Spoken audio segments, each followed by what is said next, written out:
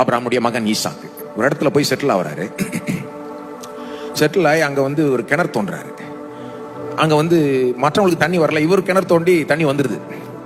இவருக்கு வந்துருச்சுன்னு பார்த்து இன்னொரு கூட்டம் வந்து இல்ல இது எங்க கிணறு அப்படின்னு. ஈசாக்கு பாக்குறாரு, சரி வாக்குவாதம் பண்றான், சரி வச்சுக்கோ நீங்க, நான் போறேன், நான் வேற இடம் போயிடுறேன்ட்டு கிளம்பி வேற இடம் போறாரு. பக்கத்துல போய் இன்னொரு கிணறு தோன்றாரு. அந்த ஃபர்ஸ்ட் இடம் விட்டு போனார் பாருங்க, அந்த இடத்துக்கு பேர் தான் ஏசேக்கு. ஏசேக்குன்னு பேர் வச்சது ஈசாக்கு தான். ஏசேக்கினுடைய அர்த்தம் என்னன்னா வாக்குவாதம்.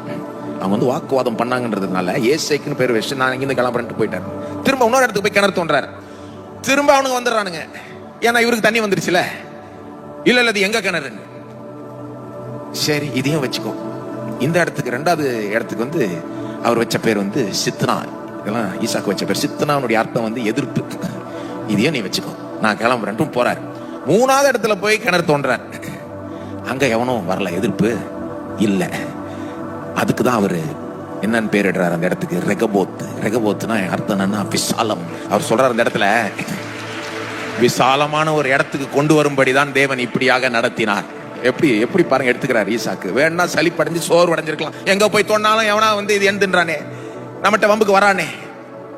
கிறிஸ்தவர்களாகிய நாம் நமக்கு எப்பவுமே தெரியும், வம்பு வந்தா அடுத்தது பெரிய ஆசீர்வாதம் வருது.